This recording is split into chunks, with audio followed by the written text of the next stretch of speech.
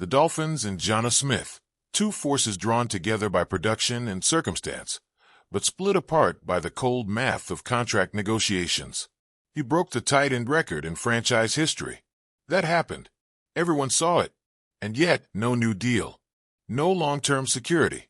Just a standoff. Not hostile, but not friendly either. Just tension, like static waiting for the spark. His agent, Drew Rosenhaus, made his usual Sunday stop on WSVN 7's Sports Extra. Said a lot without really saying anything. Not resolved, but still expecting something before camp starts. Confidence or just pressure tactics? Maybe both. The thing is, Smith wants to stay. That's not the mystery. He lives here. He went to college here. He's talked about the Dolphins like they're his dream team. But dreams need structure. They need numbers, contracts, timelines. Right now, Smith is sitting as the 32nd highest paid tight end in the league by average annual value. After the year he just had? That doesn't fit. He's 29, turning 30 soon. He's not on the rise. He's in it. The moment. The window. The peak. So yes, he wants the raise. And the team. They want him too. Tua came out and said they should 100% pay the man. McDaniel said he can't picture the offense without him. So what's the hold-up? This isn't about wanting him. It's about how much, how long, and what kind of guarantee. There's cap space. Miami could easily double his deal, $4.2 million to $8.4 million annually, and still breathe. But they're not doing it. Why? Because doubling that value still doesn't make Smith a top 10 tight end in pay. And maybe Smith wants that.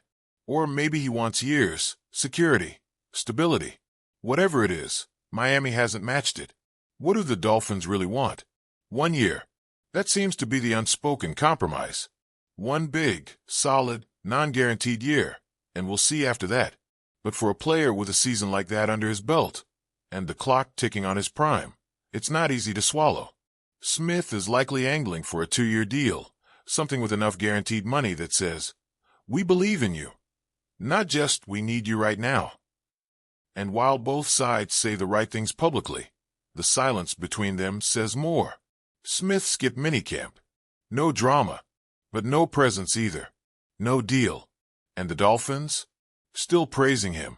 Still talking like he's part of the vision. But that checkbook hasn't moved. If they wanted him locked in, really locked in, they'd have done it already. Something's holding it back. It could be the future. Miami's juggling a lot. Young talent, rising stars, other contracts coming due. Smith, for all his production, might not be in the long-term blueprint. He's not a 24-year-old breakout. He's a 29-year-old weapon. Useful. Dangerous. But maybe not what they want 2 seasons from now. And then there's the Steelers. The only team making noise. First they pulled out. Now they're back in. Why? Because their tight end, Donald Parham Jr., went down. Done for the year. And their offensive coordinator is Arthur Smith. Same guy who coached Jonnu in Tennessee and Atlanta. Same guy who helped trade for him once before. Familiarity, connection, trust. It all lines up. But even then, it's not a clean fit. The Steelers aren't desperate. They have options. And Smith isn't a plug-and-play tight end for just anyone. He's specific. He's dynamic in space, in motion, not a bruiser on the line. He's not for every scheme. And tight ends, they don't usually get much on the market. Not in trades. Not even the good ones. Miami's not getting a first. Not even a second. Maybe a fourth if they're lucky. And is that worth it? So there it is. A waiting game. 2 sides close enough to hear each other, but too far to shake hands. Smith could go to Pittsburgh. But maybe he doesn't want to. Maybe he holds out hope Miami comes around. And Miami?